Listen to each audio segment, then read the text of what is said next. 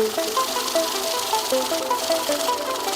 are listening to the CMQ Investing podcast. My name is Chris Franco, and in this episode, you will learn what Warren Buffett meant when he said that you don't need to be a rocket scientist, because investing is not a game where the guy with 160 IQ beats the guy with 130 IQ. What you're about to listen to began during an Instagram live broadcast. I came across an article in the Financial Times about the Abu Dhabi Investment Authority. When I read this article, I was reminded of long-term capital management. And that is the notorious hedge fund that both Warren Buffett and Charlie Munger have spoken extensively about. I knew a little bit about it, but in this episode, I was able to follow my curiosity and learn a whole lot more. This is an interesting topic. We were able to reinforce some really important ideas that all of us need to internalize as investors. I'm excited for you to hear it. Before we begin, and we're going to begin in just a few seconds, please make sure you're following on Apple Podcasts and Spotify. Of course, thank you to all of you who already do. Now, with all that said, let's get to it. And I'm about to read to you an article that looks really interesting. It's about an Abu Dhabi wealth fund that bets on a scientific approach using quant experts. And it says that this company has built a 50-strong team of physicists, academics, and data specialists to identify and take advantage of market anomalies. Now, I'm going to read this. We'll see what it says, but it reminds me, this, I guess, headline really reminds me of what I've read about, what was it, long-term capital management? Was that the like the quant fund that lost everything? Yeah, that was the fund that had all the geniuses, and it ended up, I think, being over-leveraged, and they basically just ate crow. Something I'd like to read more about, but let me first read you this, and this comes from the Financial Times. It was written by Andrew England. Gathered together on a floor of the Abu Dhabi Investment Authority's 40-story headquarters, a group of physicists, academics, and data experts huddle around whiteboards, scribbling equations, and feeding reams of data into state-of-the-art computers. Many were lured to ADIA, which is ADIA, one of the world's largest sovereign wealth funds, from outside the traditional world of finance, more likely a university campus than an investment bank. But they are all part of a new, more than 50-strong team that the fund believes will be crucial to help it navigate the increasingly complex investment landscape. The fund, which is estimated to manage about $700 billion, has over the past 2 years been building a research and development lab and factory in the hope that a scientific approach will make it more nimble and better able to identify and take advantage of market anomalies. It is one of the more radical shifts in thinking for a fund that has traditionally been considered among the more conservative SWFs, but is adapting in recognition of the impact artificial intelligence and other technological advances will have on investment. In a rare insight, Adia told the Financial Times that there was a sense that a lot of the sources of competitive advantage in a fast-moving market are very short-lived, so you need to be more agile and dynamic to capture those. Among the recruits is Marcos Lopez de Prado, a professor and quant expert at Cornell University, who is global head of quantitative research and development at Adia. He said having an in-house team meant that SWF can mitigate many pitfalls of financial research, such as knowledge hoarding.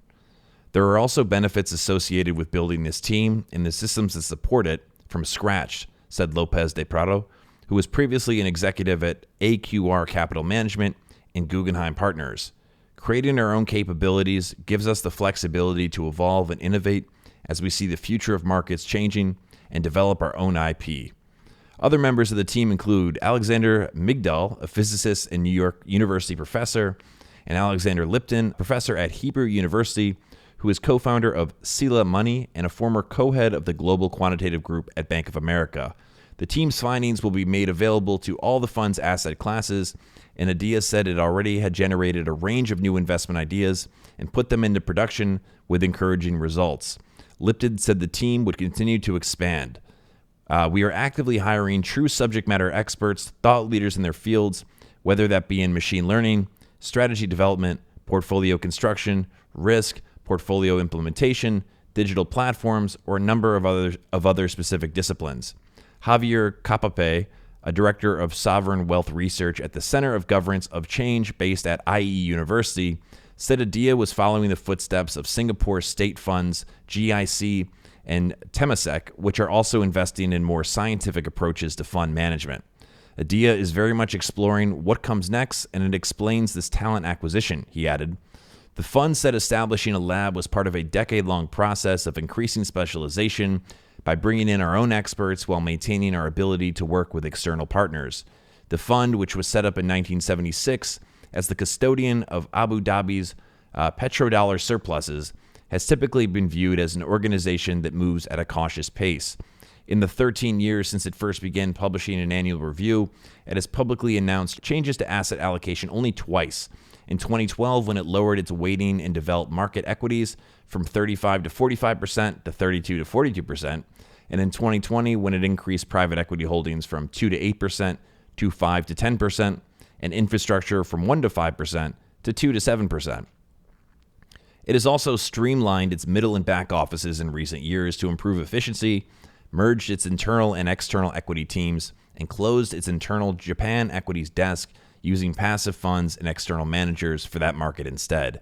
Half of its assets under management are externally managed, down from 80% in 2009, as internal teams have taken on more responsibility. Adia said it did not expect the new lab to affect its relationships with external managers, including hedge funds. Okay, this is interesting. So, Professor Patrick Sheena, who studied SWFs at the Fletcher School at Tufts University, said the entire asset management industry was looking out for alternative data sources and analytical techniques to identify trends that might not otherwise be obvious. By the way, this is reminding me so much of our episode about second-level thinking, which I will probably have to cite here in a second. To continue, though, this includes social media and open source company and sector information. As public markets become more efficient with information traveling more quickly, funds need to respond more swiftly, he said. Structurally, we are also in a very challenging space. We are in an unprecedented time with low interest rates. With the possibility that rates will tick up, many of these funds will struggle to manage large fixed income portfolios, he said. Potentially, lower future returns require that you will be well ahead of that curve if you are going to compete. Sheena added that as Adia now does more internal investing, it was not surprising that it would want to develop new in-house techniques and strategies. And finally, the last paragraph here, in some respects, they may eventually compete with some of their hedge fund managers, he said. It's also true that large, leading sovereign wealth funds are sensitive to what each other do, and so I see them in a competitive sense emulating while trying to stay ahead. Yeah, I mean, that's pretty cool. I mean, I've been around some companies that have, I used to work, my company, we used to be based inside one of NYU's, it was called Data Future Labs. And so I was around all these, really innovative AI-based, database startups. And one in particular that I got to know some of the machine learning engineers from was focused on, building machine learning and deep learning models to help, do things like predict stock prices. Now, that's not exactly what we're talking about here, but it's this idea that, there's so much data, there's so many different ways to potentially find an edge. Now, we don't know whether or not this stuff will work or if it'll scale or if it'll work long term.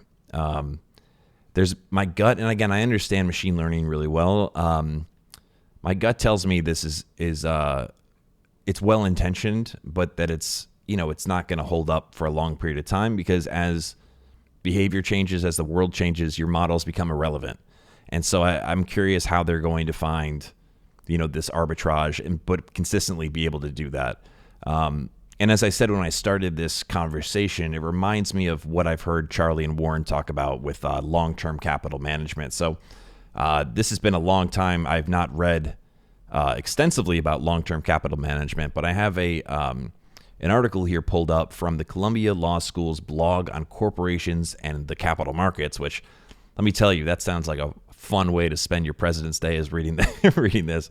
But that's what we're doing here. So this is written by Paul L. Lee. It was published on September 10th, 2018. I'm just going to breeze through it because I have not read it. And if it's boring, I'm not going to make us suffer through it. But it says the 10th anniversary of the harrowing financial events of September 2008 is nearly upon us. The anniversary will undoubtedly be marked by various retrospectives analyzing those events. For a longer-term perspective, though, it may be helpful to consider another anniversary that will be observed in September 2018, and that is the near failure of Long-Term Capital Management LP and its fund Long-Term Capital Portfolio LP, or collectively LTCM, this happened 20 years ago as of September 2018. LTCM was the largest hedge fund operating in the United States, and its brush with death provided a preview of some of the forces that would contribute to the near collapse of the U.S. financial system in September 2008. Welcome, everybody, by the way. In August and September 1998, as in September 2008, market fears were all consuming. Secretary of the Treasury Robert Rubin was quoted at the time as saying that the world is now experiencing its worst financial crisis in 50 years. And Chairman of the Federal Reserve Board, Alan Greenspan, said he had never seen anything in his lifetime that compared to the terror of August 1998. Ironically, the success of the U.S. authorities in minimizing the effects of the near collapse of LTCM and the effects of other market disruptions in the 1990s may have lulled the markets and the authorities themselves into a false sense of confidence in their ability to manage future crises. It's funny, I always say that overconfidence is the biggest killer for us as investors, and I'm not trying to say this is a little bit of a confirmation bias here, but I'll read it again. It may have lulled the markets and the authorities themselves into a false sense of confidence in their ability to manage future crises. So the article continues. Significant failures in risk management by LTCM, and more important, by many of its large and sophisticated counterparties, were highlighted by the LTCM episode, as were gaps in regulating certain financial practices and products such as over-the-counter derivatives. Let me just breeze through here. I want to see if they talk about just how... the first lesson. The first lesson from the LTCM episode was the realization that the financial difficulties of a large, non-bank financial company could present systematic risk. Okay, that's great. The next one's more interesting. The second lesson related to the risk presented by excessive leverage. Virtually every analysis of the LTCM case concludes that the excessive leverage of LTCM through its balance sheet and off-balance sheet exposures was a crucial factor in causing its near failure. The issue of excessive leverage was not limited to LTCM or other hedge funds. Other financial institutions in 1998 were as leveraged as, and in some cases, more highly leveraged than LTCM. A report prepared by the President's Working Group on Financial Matters on the LTCM episode observed that at the very beginning of 1998, before LTCM began experiencing losses, LTCM had a balance sheet leverage of more than 25-1, which implied a great deal of risk. The report further noted that at the year-end 1998, the 5 largest investment banks had an average leverage ratio of 27-1. Excessive leverage in the financial system was seen as a major contributor to the 2008 crisis. The idea for LTCM began with John Merriweather, who ran bond arbitrage at Salomon Brothers. He resigned from the bank after an employee was discovered deliberately deceiving the U.S. Treasury. The groundwork for LTCM began when John Merriweather joined the investment bank Salomon Brothers in 1974. Merriweather set up a bond arbitrage group within Salomon and began hiring intellectuals. Here we go, guys. This is where my brain is connecting here. It says he began hiring intellectuals to build formulas predicting market prices and finding outliers. That sounds exactly like what we just read about that's happening in Abu Dhabi. The strategy was to buy or sell bonds when prices deviated from the norm, then wait for prices to converge again to make a profit. The arbitrage group became known within Salomon for its cliquey culture, its confidence, and its substantial profits. Those are good set of things to have, guys. We're very cliquey. We've got a fun culture. We're very confident, and we get substantial profits. Soon, Merriweather was put in charge of all bond trading. Bond arbitrage started to spread across the financial industry. When Merriweather was forced to resign after an oversight failure with one of his employees, he built his new hedge fund around these same principles.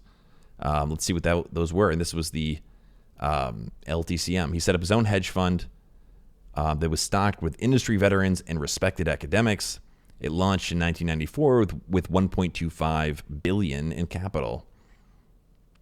Okay, by the 1990s, the number of hedge funds in the U.S. had exploded, arriving at about 3,000 hedge funds from only about 200 in 1968. That's pretty interesting. I didn't know that. But Merriweather had high expectations for his hedge fund that would set it on an entirely different level. First, he wanted to raise capital of $2.5 billion. And second, LTCM's asking fees would be 25% of profits on top of an annual 2% charge on assets. Third, investors were required to keep their capital in for a minimum of 3 years. These standards were incredibly uncommon for a hedge fund to demand. To justify these, Merriweather recruited respected academics who would bring credibility for the nascent firm, including Robert C. Merton, Myron Scholes, and David Mullins, then the vice chairman of the Federal Reserve. Despite numerous rejections from investors, including Warren Buffett, LTCM began to pick up speed, even adding foreign investors who did not traditionally deal with hedge funds.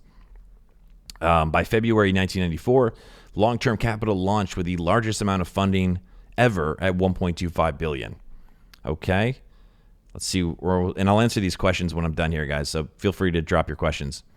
In the first year, Long-Term made almost no mistakes, earning 28% when most other bond investors were losing money. Run by a team of all-star partners with record-level funding, Long-Term Capital Management was a new firm that everyone wanted to do business with. Long-Term's edge came from its experience reading models and a secure base of financing.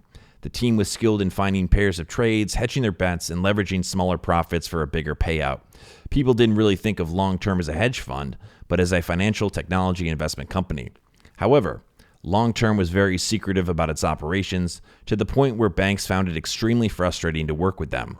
Partners rarely gave specifics on what strategies they were employing, and scattered trades between banks to avoid giving away too much information to any proprietary desk. Long-Term usually gave a broad overview of models in the economy, but not much else. The partners even bought back photos used in Business Week to erase themselves completely from the media. It's not a good sign, right? When they're, we love the company, just we're going to need our photos back. We don't want anyone knowing this is us. Not a lot of, I don't know. It seems to me a little sketchy. Okay, it says that the partners were also known to be condescending and conceited, you think, always putting their own interests first. But since Long-Term was flourishing, no one needed to know exactly what they were doing. All they knew was that the profits were coming in as promised. This reminds me of a bit of the Bernie Madoff Ponzi scheme where, the money was coming in, so people, even if they had questions, they weren't questioning things. The article continues that not everyone believed that Long-Term's models were the end-all or the be-all, end-all to investing. Seth Klarman, who we've talked about on the podcast before, had turned down a stake in Long-Term. He believed that not accounting for outlier events and increasing leverage was incredibly reckless. Any serious mistake on Long-Term's part would wipe out a huge amount of its capital. A couple other people here whose names you may or may not know, but Mitchell Kapoor and LTCM partner Eric Rosenfeld created and sold a statistics program together for hundreds of thousands of dollars. Afterwards, Kapoor took a finance course with Merton at MIT, but saw quantitative finance as a faith rather than science. Seeing the potential for disaster in these models, Kapoor opted for the software industry instead. Interesting. Going back again to what we just read from the Financial Times about this fund in Abu Dhabi, this is getting me thinking here. Next up, Paul Samuelson, the first financial economist to win a Nobel Prize, was a mentor to Merton while at MIT. And since the conception of LTCM, Samuelson was concerned about what would happen if extraordinary events affected the market and moved it out of its ideal predictability. And that's what I was saying earlier about machine learning, like the behavior, if the environment changes, your models change. Eugene Fama, who is Skoll's thesis advisor, found in his research that stocks were bound to have extreme outliers, which couldn't be explained by random distribution. Real-life markets are inherently more risky than models because they are subject to discontinuous price changes. He became even more concerned when Long-Term eventually moved into equity. Nonetheless, Long-Term wouldn't stop growing. By 1996, the firm had over 100 employees and $140 billion in assets. That year, they brought in total profits of $2.1 billion. In 1997, Merton and Scholes were awarded the Nobel Prize in Economic Science for their model in determining derivative values. This is fascinating. I don't know if anyone else is getting into this, but this is super interesting. Soon, everyone began catching on to Long-Term's bond arbitrage strategy.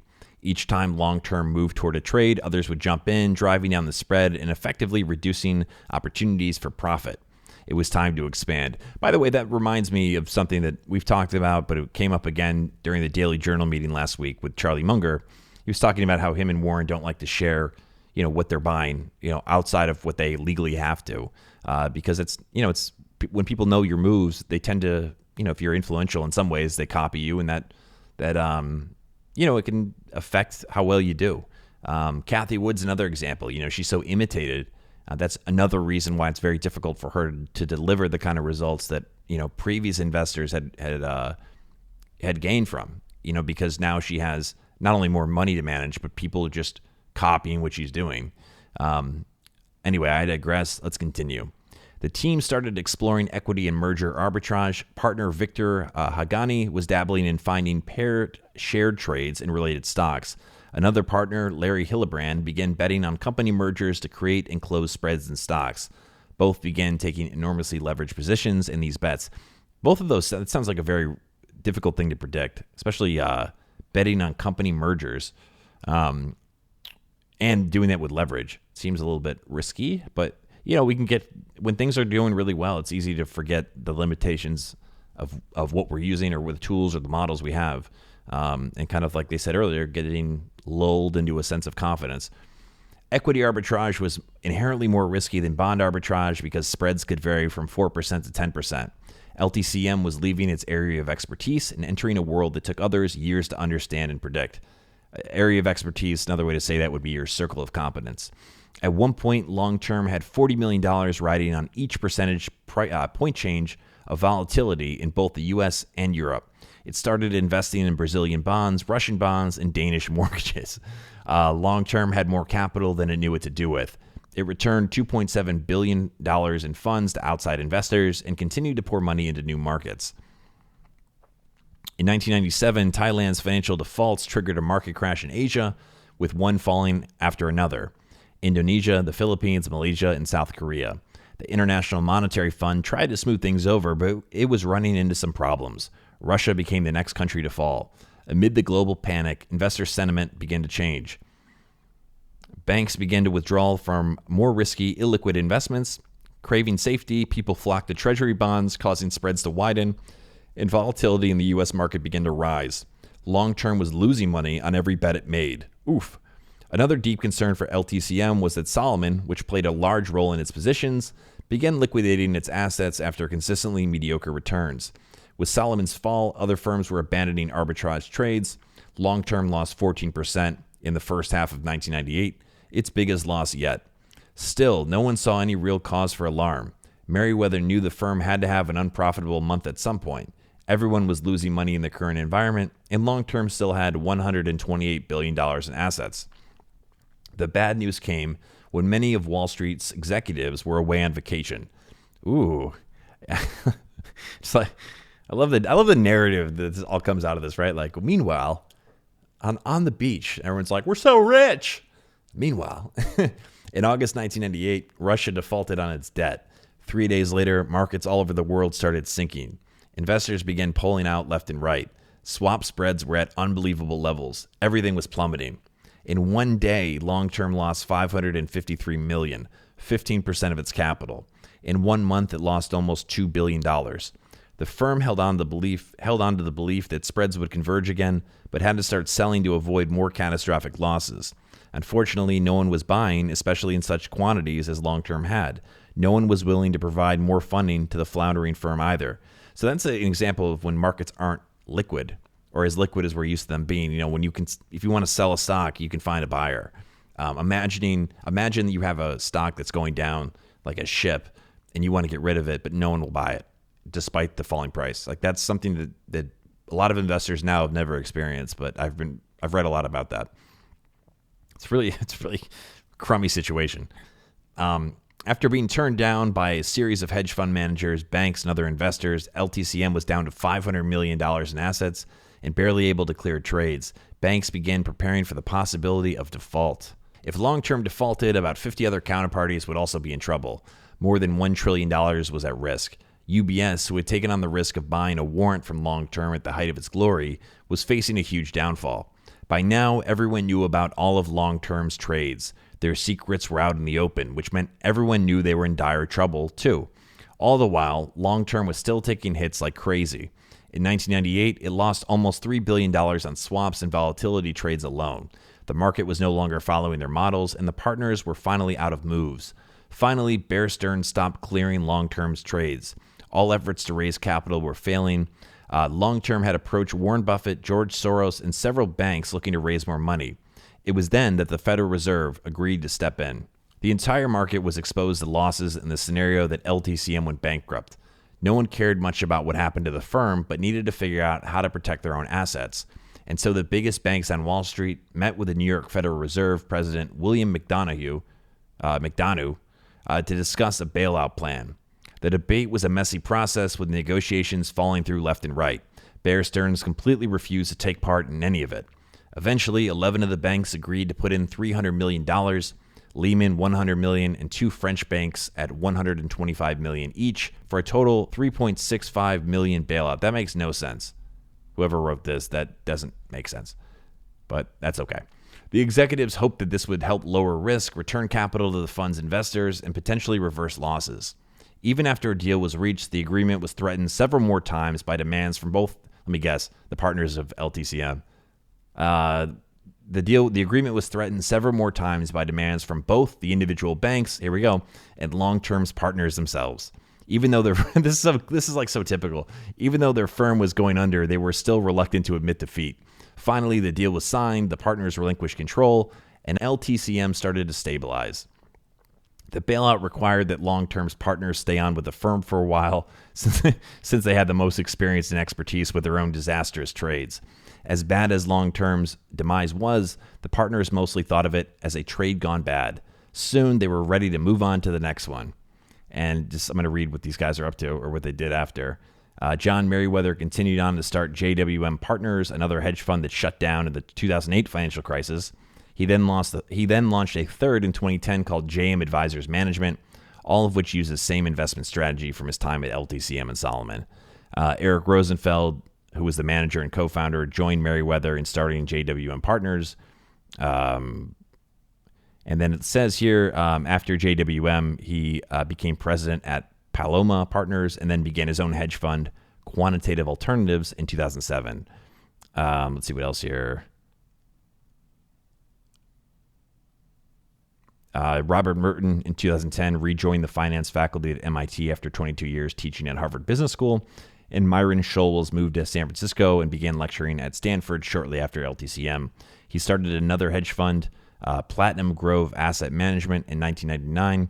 He retired from the fund in 2011. Most recently, Scholes joined Janus Capital as the new chief investment strategist in July 2014. I believe Janus was one of these firms that went down during the 90s bubble. I'm almost positive of that. Janus crash. Yeah, Wall Street Journal. High flyer Janus crashed. Now some see a bargain. Janus, the hottest mutual fund manager in the 1990s technology bubble, has taken its lumps since the March 2000 stock market peak. The two leading Janus domestic stock funds, Janus Fund and Janus 20, fell by more than half in the 3 years through 2002, erasing nearly all of their big gains of 1998 and 1999. It's funny how, like, just again reading this, how that what was his name ended up there.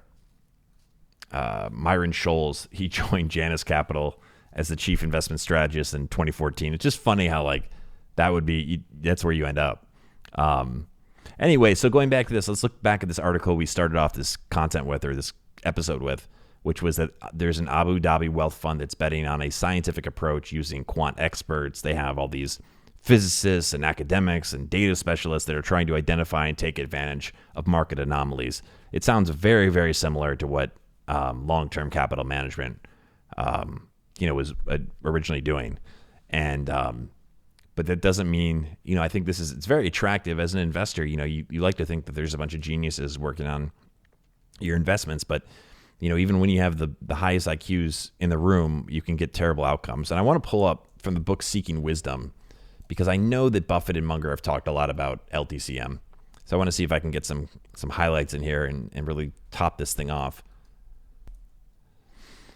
Okay, here we go. We got a quote here from Warren Buffett himself. Here's what Warren Buffett said about the long-term capital management affair. By the way, I'm doing this live too, so I hope you guys can appreciate it. I'm like, none of this was planned. I'm pulling this up. It's coming. My brain, my computer, you guys, we're making it happen. So here's what Warren Buffett said. Here were 16 extremely bright, and I do mean extremely bright, people at the top of LTCM. The average IQ among their top 16 people would probably be as high or higher than at any other organization you could find. and individually they had decades of experience, collectively centuries of experience, in the sort of securities in which LTCM was invested. Moreover, they had a huge amount of their own money up and probably a very high percentage of their net worth in almost every case. So here were super bright, extremely experienced people operating with their own money. And yet, in effect, on that day in September, they were broke. To me, that's absolutely fascinating. In fact, there's a book with a great title. It's called You Only Have to Get Rich Once. It's a great title, but not a very good book. But the title is right. You only have to get rich once. So why do very bright people risk losing something that's very important to them to gain something that's totally unimportant? The added money has no utility whatsoever, and the money that was lost had enormous utility. And on top of that, their reputation gets tarnished and all that sort of thing. So the gain-loss ratio in any real sense is just incredible. Whenever a really bright person who has a lot of money goes broke, it's because of leverage. It's almost impossible to go broke without borrowed money being in the equation. That is a gem. That is a gem, ladies and gentlemen. It's almost impossible to go broke without borrowed money being in the equation. I'm going to tweet that right now because that's such a good quote. That's Twitter sometimes is like the way I remember things that I like my favorite quotes. So I'm like, that's a timeless one. By the way, I'm on Twitter. It's just my name, Chris Franco. Franco with a C. No relation to James. I'm up to 1,500 followers now. I'm big time. I'm popping. All right, getting back to this. See if he says anything else. So that's the first bit we have here.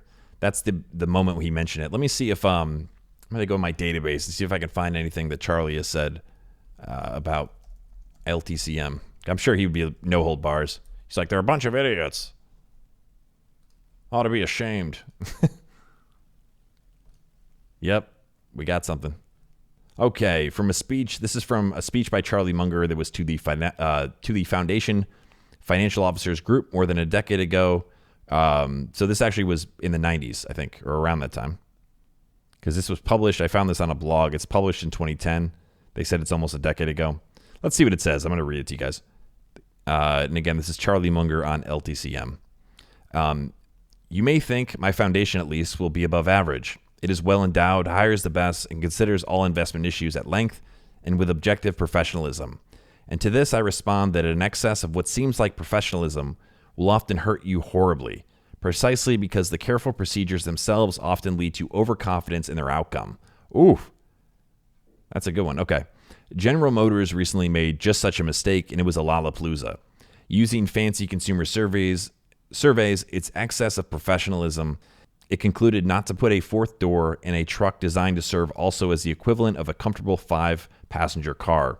Its competitors, more basic, had actually seen 5 people enter and exit cars. Moreover, by the way, him and Buffett both say moreover a lot. That's a word I'd never say. Maybe I should start.